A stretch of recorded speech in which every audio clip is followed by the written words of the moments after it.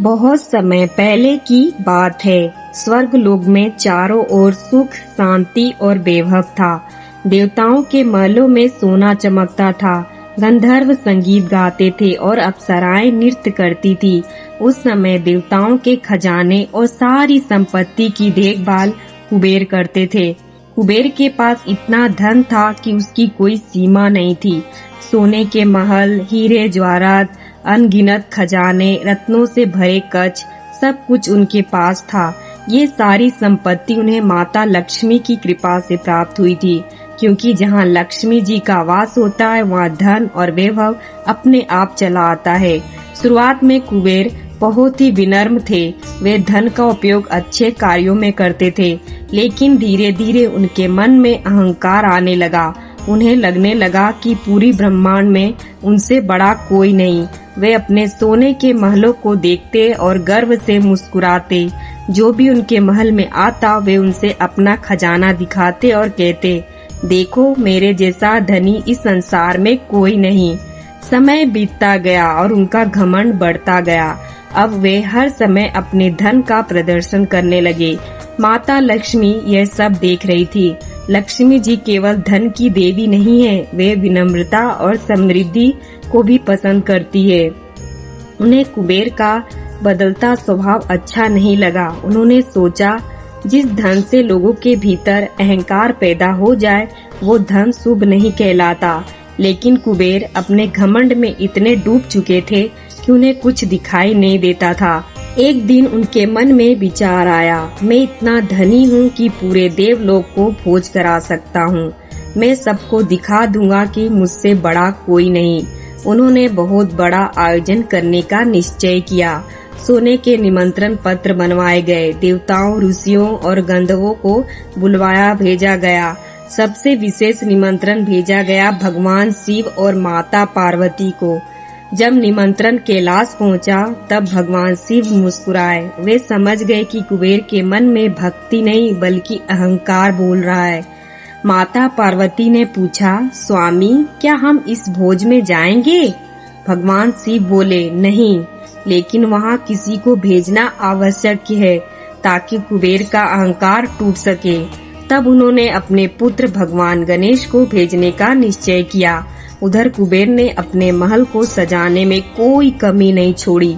सोने के दीवारों पर हीरे जड़े गए, चांदी के विशाल बर्तन सजाए गए, हजारों प्रकार के पकवान बनाए गए। मिठाइयों की खुशबू पूरे महल में फैल रही थी। जब गणेश जी वहां पहुंचे तो कुबेर ने उनका स्वागत तो किया, लेकिन मन ही मन सोचा, शिव जी स्वयं नहीं आए, केवल छोटे बालक को भेज दिया। गणेश जी मुस्कुराते हुए भोजन करने बैठे। कुबेर ने कहा, बालक गणेश, जितना चाहो उतना भोजन करो। गणेश जी ने खाना शुरू किया।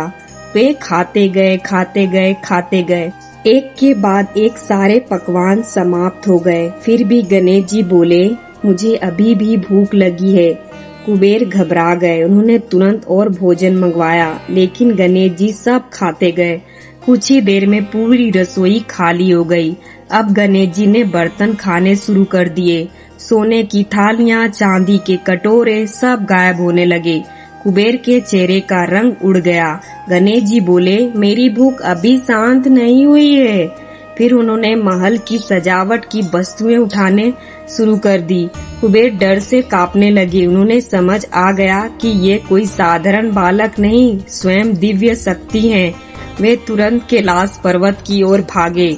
भगवान शिव के चरणों में गिर पड़े और बोले, प्रभु मुझे क्षमा कर दीजिए। मुझे अपने धन का घमंड हो गया था। मैं भूल गया था कि धन आपका दिया हुआ है।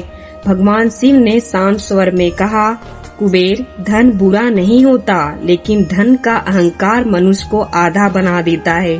धन तभी शुभ है जब उसके साथ विनम्रता और बुद्धि हो। कुबेर की आंखों से आंसू बहने लगे। उनका घमंड टूट चुका था। ये सब माता लक्ष्मी भी देख रही थी। उन्होंने महसूस किया कि केवल धन देना पर्याप्त नहीं है। अगर मनुष्य के पास बुद्धि ना हो तो वो धन उसे विनाश की ओर ले जा सकता है। उसी समय देवताओं के बीच एक और चर्चा चल रही थी। सभी देवता सोच रहे थे कि सबसे पहले पूजा किसकी होनी चाहिए। तब एक परीक्षा रखी गई। कहा गया, जो पूरे ब्रह्मांड की परिक्रमा करके सबसे पहले वापस आएगा वो सबसे पहले पूजनीय कहलाएगा। कार्तिकेय तुरंत अपने मोर पर बैठकर तेज गति से निकल पड़े। सभी देवता सोच रहे थे कि गणेश जी अपने छोटे से मूषक पर कैसे जीत पाएंगे, लेकिन गणेश जी शांत रहे। उन्होंने अपने माता पिता शिव और पार्वती के सामने हाथ जोड़े और उनकी 3 बार परिक्रमा कर ली। देवताओं ने आश्चर्य से पूछा, गणेश जी, आपने ब्रह्मांड की परिक्रमा क्यों नहीं की? गणेश जी मुस्कुराकर बोले, मेरे लिए मेरे माता पिता ही पूरा ब्रह्मांड है, उनकी परिक्रमा करना ही संसार की परिक्रमा है। ये सुनकर सभी देवता भावुक हो गए। भगवान शिव और माता पार्वती प्रसन्न हो गए। भगवान शिव ने आशीर्वाद देते हुए कहा, आज से हर शुभ कार्य में सबसे पहले गणेश जी की पूजा होगी। बिना गणेश पूजा की कोई भी कार्य पूर्ण नहीं माना जाएगा। माता लक्ष्मी ये सब देख रही थी। उन्होंने सोचा, यही वह देवता है जिनके पास बुद्धि, विनम्रता और शुभता है। यदि धन के साथ इनका आशीर्वाद हो तभी संसार में सुख रहेगा। तभी से माता लक्ष्मी ने गणेश जी के साथ पूजे जाने का निर्णय लिया।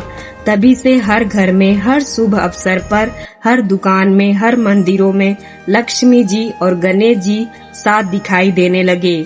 जब दीपावली का पर्व आता है तब लोग लक्ष्मी जी से धन और समृद्धि मांगते हैं और गणेश जी से बुद्धि और सफलता, क्योंकि हमारे ऋषियों ने सिखाया, केवल धन जीवन को सुखी नहीं बनाता, धन के साथ बुद्धि, विनम्रता और अच्छे संस्कार भी जरूरी है। इसलिए दीपावली की रात आज भी हर घर में लक्ष्मी माता और गणेश जी की पूजा साथ में की जाती है।